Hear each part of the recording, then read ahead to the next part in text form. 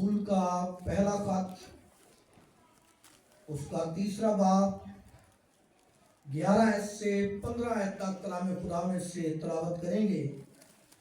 खुदा के कलाम में यूं लिखा है, क्योंकि जो पैगाम तुमने शुरू से सुना वो ये है कि हम एक दूसरे से मोहब्बत रखें और कायन की मानद ना बने जो शरीर से था और जिसने अपने भाई को कत्ल किया। और उसने किस वास्ते उसे कत्ल किया? इस वास्ते कि उसके काम बुरे थे और उसके भाई के काम रास्ती के थे। ऐ भाइयों, अगर दुनिया तुमसे अदावत रखती है तो तज्जब ना करो। हम जानते हैं कि मौत से निकलकर जिंदगी में दाखिल हो गए, क्योंकि हम भाइयों से मोहब्बत रखते हैं। जो मोहब्बत नहीं रखता वो मौत की हालत में रहता है। जो कि अपने भाई से अदावत रखता है वो खूनी है, और तुम जानते हो कि किसी खूनी में हमेशा की जिंदगी मौजूद नहीं रहती। खुदावंद के शुद्ध कलाम के पढ़े और सुने जाने पर खुदावंद की बरकत हो। अब सब बैठे, बड़ी संजीदगी से हम चंद रसों के लिए अपने सरों को झुकाएंगे, अपनी आंखों को बंद करेंगे। खालिद जिंदगी खुदावंद की हजूरी में अपने अपने लिए खुदा से कलाम मांगे। खुदावंद आसमानी बाप, मैं तेरा शुक्र अदा करता हूँ तेरे लोगों के लिए जो तेरे हजूर सरनगू हैं, और उन सब के लिए जो इंटरनेट पर खुदावंद तेरे कलाम को सुनने वाले हैं।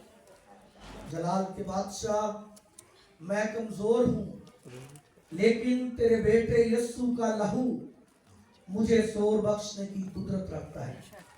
मैं घटूं और तू बढ़े, और तेरा कलाम मेरी जिंदगी में और इन तमाम जिंदगियों में 100 गुना फल लाए। यीशु मसीह नासरी के नाम से आमीन। मेरे शीश, खुदावंद का शुक्र है कि खुदावंद ने ये मुमकिन किया कि आज हम सब खुदावंद की हजूरी में उसकी इबादत, उसकी प्रस्तुत करें और फिर उसकी आवाज को सुने, जो हमारे लिए बरकत का सबब है। और कलाम खुदा में से जो तलावत की गई है, यहाँ पर खुदा का खादम यूहन्ना रसूल खुदा के रूह कुद्दस की तहरीक से वो यहाँ पर जो कलाम कलमबंद करता है, इसमें लिखा है कि आपस में मोहब्बत रखो। और यहाँ पर कायन के मुतल्लक भी उसने इशारा दिया है कि उसने अपने भाई को कत्ल किया। और फिर उसने यह भी बताया है कि ऐ भाइयों, अगर दुनिया तुमसे अदावत रखती है तो इससे तजब ना करो, हैरान ना हो, क्योंकि दुनिया ने तुम्हारे खुदावंद यीशु से भी अदावत रखी। और फिर उसने यह भी बताया है कि हम जानते हैं कि मौत से निकलकर जिंदगी में दाखिल हुए हैं, क्योंकि हम भाइयों से मोहब्बत रखते हैं। और फिर यह भी कहा है कि जो कोई मोहब्बत नहीं रखता वो मौत की हालत में रहता है, और जो कोई अपने भाई से अदावत रखता है वो खूनी है। आज हम थोड़ा वक्त खुदा के कलाम में से देखेंगे कि खुदा का पाकरू, खुदा का कलाम जो रूह कुद्दस की तहरीक से लिखा वो हमें मोहब्बत की दावत देता है कि हम आपस में मोहब्बत रखें। और फिर यहां पर यह भी बताया गया है कि अगर हम मोहब्बत नहीं रखते तो फिर हम अपने भाइयों से अदावत रखते हैं। और आज हम थोड़ा गौर करेंगे कि अगर हम मोहब्बत नहीं रखते तो फिर अदावत है हमारी जिंदगी में।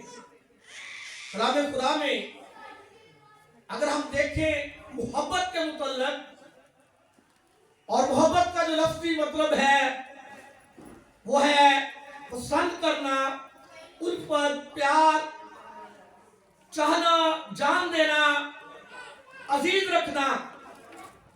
लेकिन जो मोहब्बत के उलट है वो अदावत है।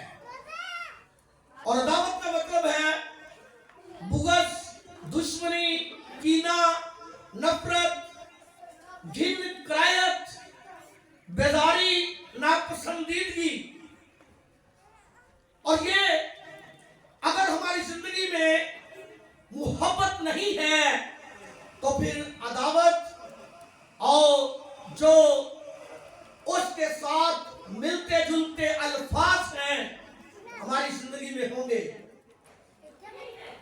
क्योंकि जिस तरह दिन और रात है, झूठ और सच्चाई है, हार और जीत है, नूर और तारीकी है, इसी तरह मोहब्बत और अदावत है।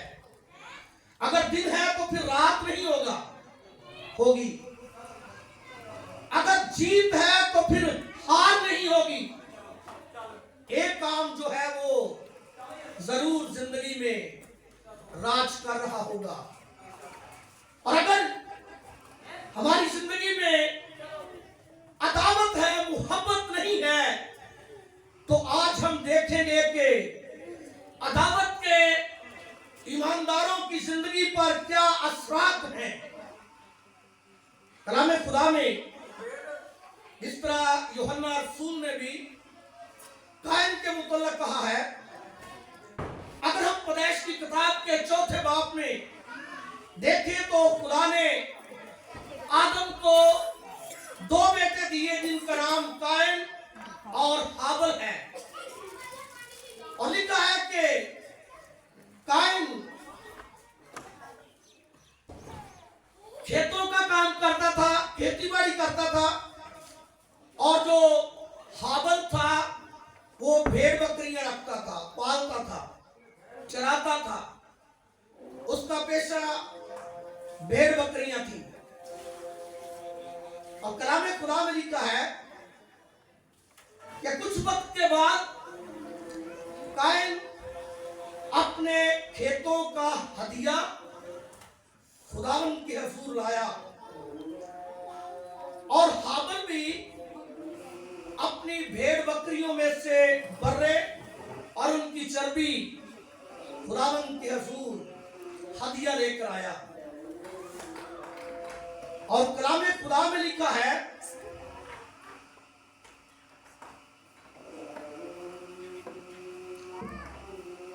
खुदा ने कायन को और उसके हदिये को कबूल नहीं किया।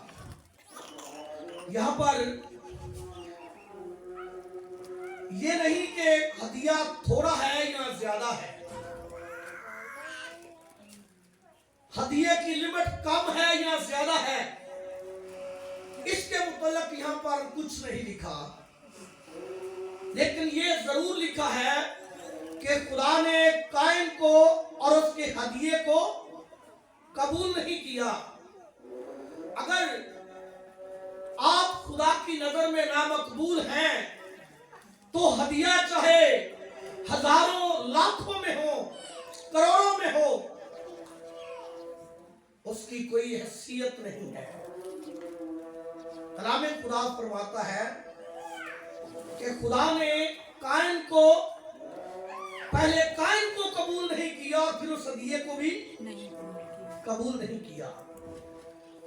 और हाबल के मुतल्लिक लिखा है कि खुदा ने हाबल को और उसके उसके हदिये को पहले हाबल को कबूल किया है और फिर जो वो हदिया लाया है उसको कबूल वो भी मकबूल ठहरा है। मेरे अजीज, आज यहां पर जो हमारे लिए गौरतलब बात है वो ये है कि पहले हम खुदा को मकबूल लगे, हम मंजूर हो खुदा को, खुदा हमें कबूल करे तो फिर हमारे हदियों को भी कबूल करें। कबूल करेगा। काइन के मुतालिक लिखा है कि उसके काम बुरे थे और हाबल के मुतालिक लिखा है कि उसके काम रास्ते के थे। और जब काइन का हदिया कबूल नहीं हुआ तो उसका मुंह बिगड़ गया है, वो गुस्से से भर गया है। खुदा ने कहा, तेरा मुंह क्यों बिगड़ा हुआ है, तू क्यों गुस्से में है? अगर तू भला करे तो क्या तू मकबूल ना होगा? खुदा ने कहा, तू क्यों अपने भाई के लिए गजबनाक है, क्यों तेरा मुंह बिगड़ा हुआ है? देख, गुनाह दरवाजे पर खड़ा दबका बैठा है, लेकिन तू उस पर गालिब आ। मेरे अजीज, कलामे खुदा में लिखा है कि काइन ने अपने भाई को कुछ कहा और फिर उस पर हमला किया और हाबल को कत्ल कर दिया। खुदा ने पूछा, काइन तेरा भाई कहां है? कहता है, मैं कोई अपने भाई का मुहाफिज हूं। खुदा ने कहा, देख तेरे भाई का खून जमीन से मुझे पुकार रहा है। मेरे अजीज, जब इंसान मोहब्बत नहीं करता तो फिर उसकी जिंदगी पर अदावत असरअंदाज होती है, उसकी जिंदगी में अदावत आती है। और जब अदावत को नजदीक से तरक ना किया जाए तो फिर यह मौत तक ले चलती है। खुदा ने काइन से कहा कि अगर तू भला करे तो क्या तू मकबूल ना होगा? अगर तेरा भाई मकबूल है तो तू उसके लिए क्यों अपना चेहरा बिगाड़े हुए है? देख, गुनाह दरवाजे पर दबका बैठा है और तेरा मुंतजिर है, लेकिन तू उस पर गालिब आ। मुकद्दस यूहन्ना जो हमने पहले खत के 3 बाब में से तलावत की है, यहां पर यही फरमाता है कि एक दूसरे से मोहब्बत रखो, और जो कोई मोहब्बत नहीं रखता वो मौत की हालत में है। और जो अपने भाई से अदावत रखता है वो खूनी है। जिस तरह काइन ने अपने भाई का खून किया, उसे कत्ल किया, उससे अदावत रखी और वो अदावत बढ़ते बढ़ते हमेशा की जुदाई कर दी उसने। मेरे अजीज, कलामे खुदा कहता है, आपस में मोहब्बत रखो। और लिखा है कि जो मोहब्बत नहीं रखता वो खूनी है। कलामे खुदा में अगर हम दाऊद और सौल की कहानी को देखें तो सौल खुदा का एक वक्त का पसंदीदा था। खुदा ने उसे बड़ा रोबदाब दिया। पूरे इस्राएल से वो एक हाथ लंबा जवान था। खुदा ने उससे मसा किया, इस्राएल का बादशाह बना, उसने इस्राएल के लिए जंगें की। लेकिन एक ऐसी जंग थी जिसमें उनका दुश्मन हर रोज आकर ललकारता, इस्राएली फौजों की फजीयत करता और इस्राएल के खुदा की फजीयत करता। लेकिन पूरा इस्राएल उसका सामना नहीं कर सकता। यहां तक कि सौल भी उसके सामने नहीं जाता। उसको ललकार के 40 दिन हो गए। और जब दाऊद अभी बच्चा ही था, उसके भाई भी फौज में थे, जंग में गए हुए थे। उनके बाप ने दाऊद को खाना देकर भेजा और कहा कि अपने भाइयों की खबर लेकर आ। जब दाऊद ने उस फिलिस्ती को ललकारते सुना, देखा, तो उसने कहा कि मैं इसके साथ लड़ूंगा। सौल कहता है, तू अभी नाजुक ज़रफ़ है, मासूम है, लेकिन ये एक जंगी मर्द है, द्यूकद है, कोई इसका सामना नहीं कर रहा, तू उसके साथ क्या लड़ेगा? उसने कहा, जब मैं अपने बाप की भेड़ बकरियां चराता था तो कई बार हादसा पेश आया। एक बार मैंने रीछ को मारा, एक बार मैंने शेर को मारा। जब वो मेरे झुंड पर हमला करते तो ये तो उनमें से एक की मानित होगा। और हुआ ये कि दाऊद को उसके सामने भेज दिया गया। जब वो देखता है तो वो कहता है कि तू मुझे कोई कुत्ता समझकर लाठी लेकर आया है, मैं अभी तेरा गोश्त हवा के परिंदों और जमीन के दरिंदों की खुराक बना दूंगा। तो दाऊद कहता है, ये जंग बाले और बर्छी की जंग नहीं है, ये जंग खुदावन की जंग है, ये खुदा के रूह की जंग है। और मैं अभी तुझे तेरे सर को तेरे तन से जुदा करके तेरे गोश्त को दरिंदों की खुराक बना दूंगा। कलाम खुदा में लिखा है कि दाऊद ने उस फिलिस्ती को एक पत्थर से मारा और उसी की तलवार से उसका सर तन से जुदा कर दिया। फिलिस्ती लश्कर भागे और इस्राएल ने उनका पीछा किया, हजारों को तलवार से कत्ल किया और ये इस्राएल की एक असीम बड़ी फतह हुई, एक मिसाली फतह बन गई। और कलाम खुदा में लिखा है कि जब इस्राएल अपने शहर की तरफ आते हैं, सौल अपनी फौज की क़यादत करते हुए, फतह के नारे लगाते हुए जब अपने शहर की तरफ आता है, तो इस्राएल के सब शहरों से इस्राएल की बेटियां, औरतें गाते हुए, दफ बजाते हुए, नाचते हुए, ना सिर्फ सौल की बल्कि दाऊद की उससे कई गुना ज्यादा तारीफ करती हैं। कहती हैं कि सौल ने तो हजारों को मारा, लेकिन दाऊद ने लाखों को मारा। और जब सौल ने ये बात सुनी तो ये बात उसे खा गई और उसके अंदर हसद शुरू हो गया। वो गुस्से से भर गया। उसने कहा कि अब पीछे क्या रह गया है, सिर्फ सल्तनत ही है कि दाऊद को मिलने वाली रह गई है, बाकी तो लोग उसकी मुझसे कई गुना ज्यादा इज्जत करते हैं। और कलाम खुदा में लिखा है कि अगरचे दाऊद ने एक बहुत बड़ा कारनामा किया है, इस्राएल में एक तारीखी फतह दाऊद के वसीला से हुई है, लेकिन सौल उसकी हौसला अफजाई, इज्जत अफजाई के बदले उससे हसद करता है, उससे अदावत रखता है, उससे कीना रखता है, उससे नफरत शुरू हो जाती है, उसके के साथ बदगुमानी से पेश आता है, उसकी जान का दुश्मन बन जाता है। और कलाम खुदा में लिखा है कि उसी वक्त खुदा का रूह सौल से जुदा हो गया। एक बुरी राह उस पर रूह आकर उस पर ठहर गई।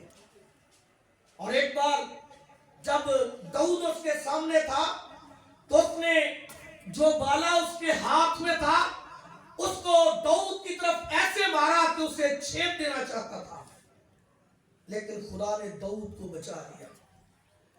ये अदावत बढ़ते बढ़ते दिन रात कि जब शाऊल को बताया गया कि तेरी बेटी मैकल दाऊद को चाहती है, तो उसने कहा कि ये भी एक हथियार है जो शायद दाऊद पर असरअंदाज हो। उसने लोगों को बताया कि तुम दाऊद के साथ बात करो, और जो लोग उसने मुकर्रर किए उन्होंने दाऊद से बातें की कि बादशाह तुझे अपना दामाद बनाना चाहता है। दाऊद कहता है मेरी क्या हैसियत है, मैं तो एक गरीब शख्स हूं, मेरी कोई औकात नहीं कि मैं बादशाह का दामाद बनूं। जब शाऊल को ये बताया गया कि दाऊद इस बात के लिए अपनी कमजोरी और अपनी गरीबी का इजहार करता है, तो उसने कहा कि मैं उससे मेहर नहीं मांगता, उसको ये कहो कि अगर तू फिलिस्तियों की 100 खलड़ियां मुझे लाकर दे तो मैं अपनी बेटी मैकल तेरे साथ ब्याह दूंगा। दाऊद इस बात से राजी हो गया और उसने अपने साथियों को लिया और 200 फिलिस्तियों को कत्ल करके 200 खलड़ियां लाकर शाऊल को दी। यहां पर शाऊल चाहता था कि मेरा हाथ उस पर ना लगे, वो फिलिस्तियों के हाथों मारा जाए, लेकिन दाऊद फिलिस्तियों पर गालिब रहा। फिर वो चाहता था कि अगर ऐसे नहीं तो मैं इसे खुद पकड़कर मारूं, और उसने अपने जवानों से कहा कि ऐसा करो, आज रात तुम उसके घर पर जाओ और उसे मेरे पास उठाकर ले आओ ताकि मैं उसे अपने हाथों से कत्ल करूं। जब मैकल को पता चला तो उसने दाऊद को खिड़की में से भगा दिया और उसकी जगह पर पलंग पर एक बुत को रखा और उस पर कपड़ा डाल दिया।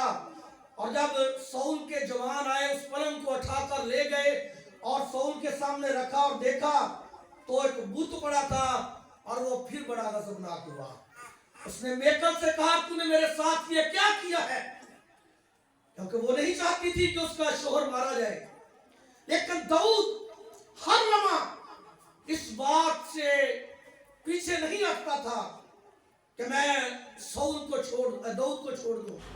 कलाम खुदा में लिखा है कि वो दिन रात इसी कश्मकश में था और कई बार उसने दाऊद पर बाले से हमला किया और दाऊद उससे बच गया। और फिर दाऊद जो युनतन से बड़ी मोहब्बत करता था, युनतन दाऊद से बड़ी मोहब्बत करता था, युनतन उसको अपनी जान से ज्यादा अजीज समझता था। और दाऊद ने कहा कि तेरे बाप ने मेरे खिलाफ बदी का मंसूबा बना लिया है और मुझे मारना चाहता है। युनतन ने कहा कि मैं इस बात को जानता हूं, अगर वो तेरा दुश्मन हुआ तो फिर मैं तुझे भगा दूंगा, और अगर ऐसा ना हुआ तो फिर भी मैं तुझे बताऊंगा।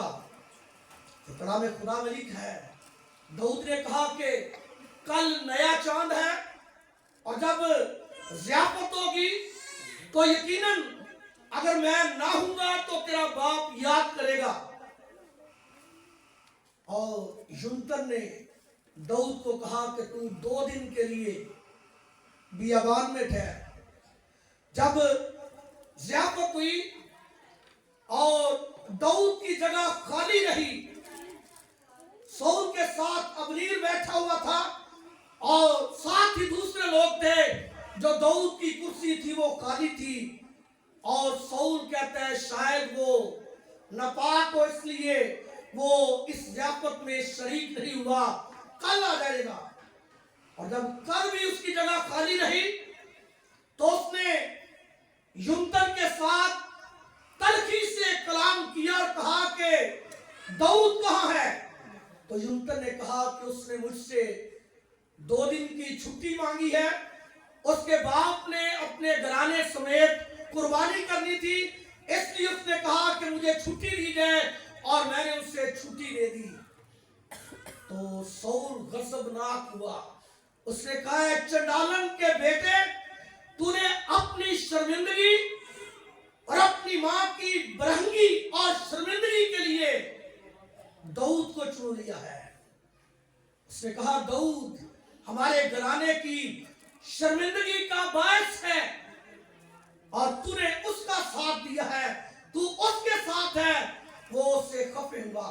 और बात यहां तक ही ना रही, बल्कि ये अदावत बढ़ते बढ़ते वो दाऊद का कई बार पीछा करता है। उसने बहुत से ऐसे काम किए जो नामुनासिब थे। उसने दाऊद की हमायत करने वाले कहनों का शहर कत्ले आम कर दिया और उनकी बीनियां बच्चे तलवार की धार से कत्ल कर दिए। 85 कहन अफूद पहने हुए उसने तलवार की धार से कत्ल कर दिए। और कलामे खुदा में लिखा है कि दाऊद ने जो ही अपनी जान बचाई और उसके आगे भागा तो उसने उसके पीछे 3000 जो स्पेशल फौजी थे, कमांडो थे, उसका एक लश्कर लेकर दाऊद का पीछा किया। और आइन जद्दी के इलाके में जब दाऊद का पीछा करता है, दाऊद वहां पर एक गार के अंदर आराम कर रहा था अपने 600 साथियों के साथ, और शाऊल भी आराम के लिए उसी गार में चला गया। वो गार बहुत बड़ी थी, उसके कई हिस्से थे, और जब दाऊद और उसके साथी एक तरफ थे और शाऊल भी अपने लोगों को साथ लेकर उसी गार में चला गया, तो दाऊद के साथी कहते हैं कि खुदावन ने आज तेरे दुश्मन को तेरे हाथ में कर दिया है। लेकिन दाऊद ने कहा कि ऐसा नहीं होगा, कोई शख्स खुदा के मंसूब पर हाथ चलाकर बेगुनाह नहीं ठहर सकता, इसलिए मैं खुदा के मंसूब को अपने हाथों से नहीं मारूंगा। उसने उसकी पोशाक का एक किनारा काटा, और जब शाऊल आराम करके उस गार से निकल आया और बाद में दाऊद भी अपने लोगों के साथ निकलकर उसको पीछे से आवाज देता है कि तूने क्यों मेरे खिलाफ बदी का मंसूबा बनाया हुआ है? अगर मैं तेरा दुश्मन होता तो मैं आज तुझे मार देता। मेरे शीश शाऊल के अंदर जो इंतकाम की आग भड़क रही थी वो ठंडी ना हुई। अगरचे वो जान गया कि दाऊद मेरा दुश्मन नहीं है, लेकिन फिर भी जब उसे फिर पता चला कि दाऊद हकीला के पहाड़ पर है, तो फिर वो 3000 जवानों को साथ लेकर उसका पीछा करता है। कलामे खुदा में लिखा है, पहाड़ की एक तरफ दाऊद और उसके लोग थे, एक तरफ शाऊल अपने लश्कर के साथ 3000 जवानों के साथ आराम कर रहा था। और शाऊल की आराम की जगह जो थी, जो जहां पर उनकी गाड़ियां खड़ी थी, गाड़ियों के दरमियान शाऊल और अबनीर थे, और उनके चौगिरद गाड़ियां थी, और गाड़ियों के चौगिरद 3000 का लश्कर था। और कलामे खुदा में लिखा है, दाऊद ने अपने साथियों से कहा, तुम में से कौन मेरे साथ शाऊल के पास जाएगा? तो अबीशै ने कहा कि मैं जाऊंगा। और जब वो दोनों उन गाड़ियों को, उस लश्कर को वो अबूर करके शाऊल के पास जाते हैं, शाऊल और अबनीर सोए हुए थे। उनके पास नेजा गाड़ा हुआ था शाऊल का, एक सुराही पानी की भरी हुई थी। और अबीशै दाऊद से कहता है, अगर तू मुझे इजाजत दे तो मैं एक ही बार में दुश्मन को खत्म कर दूंगा, दूसरे की जरूरत भी नहीं होगी। लेकिन दाऊद ने फिर वही कहा कि कोई शख्स खुदा के मंसूब पर हाथ चलाकर बेगुनाह नहीं रह सकता। मैं खुदा का गुनाहगार नहीं होना चाहता। मैं शाऊल को अपने हाथों से नहीं मारना चाहता। या तो ये जंग में मारा जाएगा या इसकी मौत खुद आ जाएगी, लेकिन मैं अपने हाथों से इंतकाम नहीं लूंगा। मेरा इंतकाम मेरा खुदा ही लेगा। इसीलिए वो कहता है, मेरा मुकदमा आपे तू ले ले होवे खलासी ता मेरी मैनू तू। ये दाऊद ने उस वक्त गाया, उस वक्त ये अल्फाज बोले कि खुदा मुझे मेरे सब दुश्मनों से रिहाई देगा, लेकिन मैं अपने हाथों से इंतकाम नहीं लूंगा मेरे अजीज। और यही अदावत बढ़ते बढ़ते शाऊल के लिए फंदा बन गई। और कलाम खुदा में लिखा कि खुदा का रूह से जुदा हो गया। कई बार उसने दाऊद को मारना चाहा, लेकिन दाऊद ने जब भी उसे पा लिया उसे छोड़ दिया। और फिर जब शाऊल ये देखता है तो इकरार करता है कि मुझसे बदी हुई है, मैंने घमंड किया है, मैंने तुझसे जा अदावत रखी है, तू जरूर इस्राएल का बादशाह होगा। और जब खुदा तुझे सरफराज करे तो मेरी नस्ल को माफ कर देना। और कलाम खुदा में लिखा है दाऊद ने कहा कि जिस तरह तेरी जान मेरी नजर में गिरा कदर हुई, मेरी जान खुदावन की नजर में गिरा कदर हो। जो लोग दूसरों को माफ कर देते हैं, जब वक्त उनका आता है तो खुदा उन्हें भी माफ कर देता है। मेरे अजीज, दाऊद ने हर बार अपने दुश्मन को माफ किया, लेकिन उसने हर बार उससे अदावत रखी और एक नया मंसूबा बनाया उसको कत्ल करने का, लेकिन खुदा उसे छुड़ाता रहा है।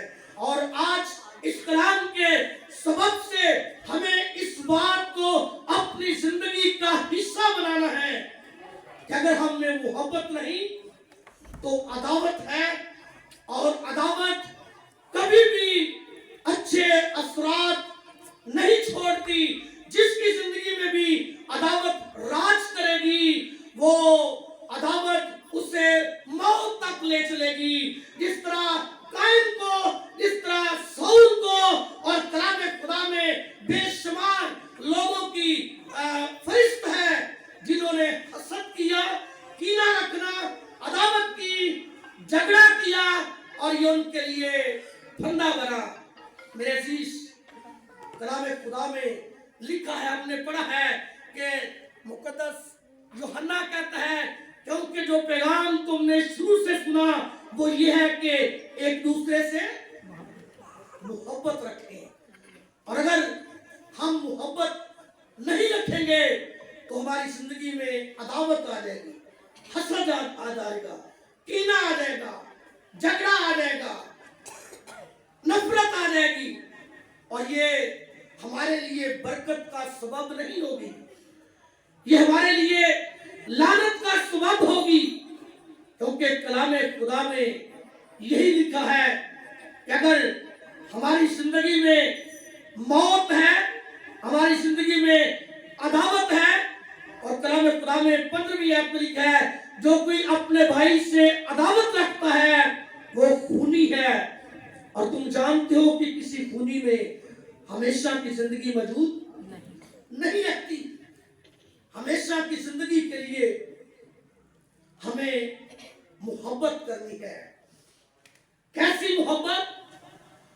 जो मतलब की मोहब्बत नहीं, वो किसी की भलाई के लिए हो, किसी की बेहतरी के लिए हो। कलाम खुदा में आपने नोमी और रूत की दास्तान को सुना है। जब उसकी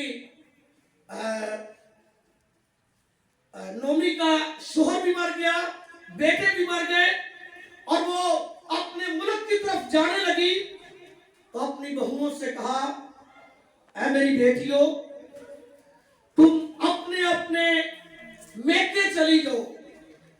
और उसकी मोहब्बत के अल्फाज ये थे कि खुदा तुम्हें तुम्हारे शोहरों के घर में आबाद करे और खुदा तुम्हें आराम बख्शे। आजकल की बहुत सी नोमी ऐसी हैं जो अपने बेटे के घर में भी बहू को नहीं चाहती कि वो आराम से रहे, उसे सुकून हो, वो आबाद हो। लेकिन नोमी एक ऐसी सास है जिसका का शोहर मर गया है, बेटे मर गए हैं, कोई सहारा नहीं है, किसी दूसरे मुल्क में अजनबी है, बुढ़ापे में है, और जब उसकी बहुएं जाने के लिए तैयार नहीं तो वो कहती है, ऐ मेरी बेटियों, अगर आज की रात मेरे पास शोहर होता और मुझे उम्मीद होती कि मेरे बेटे होंगे, और क्या फिर भी उस वक्त तक तुम इंतजार करती? नहीं मेरी बेटियों, मैं तुम्हारे सबब से ज्यादा दलगीर हूँ, ज्यादा परेशान हूँ, ज्यादा दुख में हूँ, ज्यादा गम में हूँ। मेरी हालत जैसी भी है, मैं नहीं चाहती कि तुम्हारी जवानी मैं दांव पर लगा दूं और तुम्हें अपने साथ ले जाऊं और तुम्हारी जवानी के दिन ऐसे ही गुजर जाए, और जब तुम मेरी उम्र में जाओ तो बेसहारा रहो। मेरी बेटियों, मैं चाहती हूँ कि खुदा तुम्हें तुम्हारे शोहरों के घरों में आराम बख्शे। ये है सास की मोहब्बत अपनी बहुओं के लिए। एक तो बहू चली जाती है लेकिन दूसरी कहती है, खुदा ना करे कि मैं तुझे छोड़कर जाऊं, तेरा खुदा मेरा खुदा, तेरे लोग मेरे लोग, जहां तू रहेगी मैं रहूंगी, जहां तू मरेगी मैं मरूंगी, वहीं दफन भी होंगी। खुदा ना करे कि मौत के सिवा कोई और चीज मुझे तुझसे जुदा करे। मेरी ऐसी फरमाबरदार बहू है।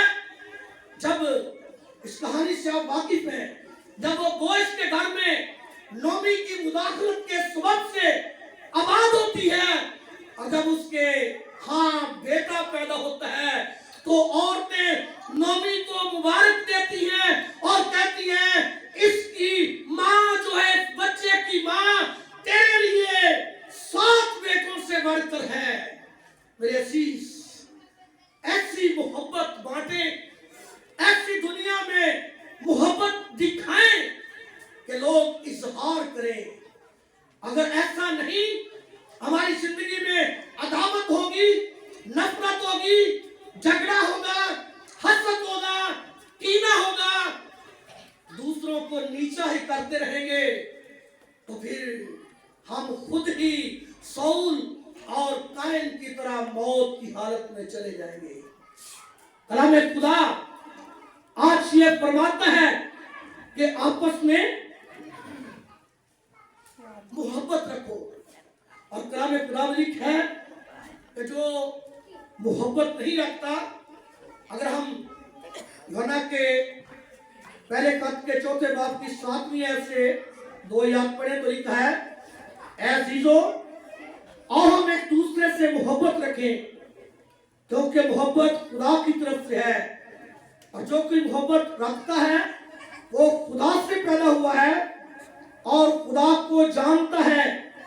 जो मोहब्बत नहीं रखता वो खुदा को नहीं जानता, क्योंकि खुदा मोहब्बत है। मेरे अजीज, बड़े बड़े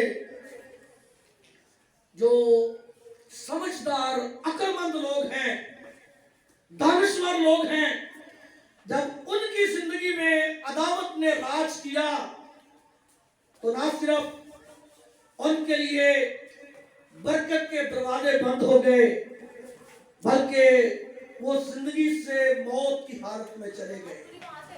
इसलिए हम में से और जितने लोग इस कलाम को सुनने वाले हैं, अगर किसी जिंदगी में मोहब्बत के बदले अदावत है तो आज ही उसको कंट्रोल में ले लें, आज ही अपना रुख बदल दें, क्योंकि ये अदावत बढ़ते बढ़ते कायन के लेवल तक पहुंच जाएगी, सौल के लेवल तक पहुंच जाएगी, और हमारे लिए बरकत के दरवाजे बंद हो जाएंगे। अगर हम कितने ही समझदार क्यों ना हो, लेकिन हमें इस नफरत को, इस हसद को, इस कीने को, इस झगड़े को, इस अदावत को अभी से कंट्रोल करना है। ये दूसरों के लिए तो शायद बरकत या नफरत जो भी हो, लेकिन हमारे लिए ये जिंदगी से मौत तक ले चलेगी। ये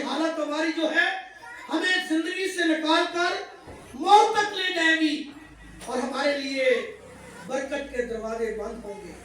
इसलिए हमें जिस तरह हमारे खुदावंद यीशु ने मोहब्बत का इजहार किया और अपनी जान बथेरों के लिए सलीब पर कुर्बान की, जिसके मुतल्लिक यूहन्ना अपनी अंजील के 3 बाब की 16वीं आयत में कहता है, खुदा ने दुनिया से ऐसी मोहब्बत रखी कि उसने अपना इकलौता बेटा बख्श दिया, ताकि जो कुछ पर ईमान लाए हलाक न बल्कि हमेशा की।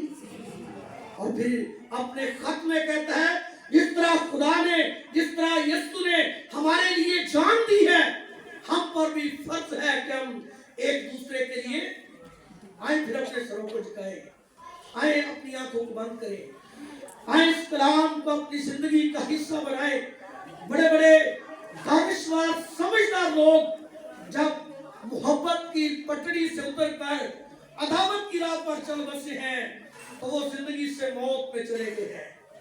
इसलिए हमें इस बात को अपनी जिंदगी का हिस्सा बनाना है। इस तरह रसूल कहता है, एक दूसरे से मोहब्बत रखो। प्यारी बहन से गुजारिश है कि वो स्टेज पर आए, भाई इरशाद स्टेज पर आए और खुदा के लोगों के लिए दुआ करें।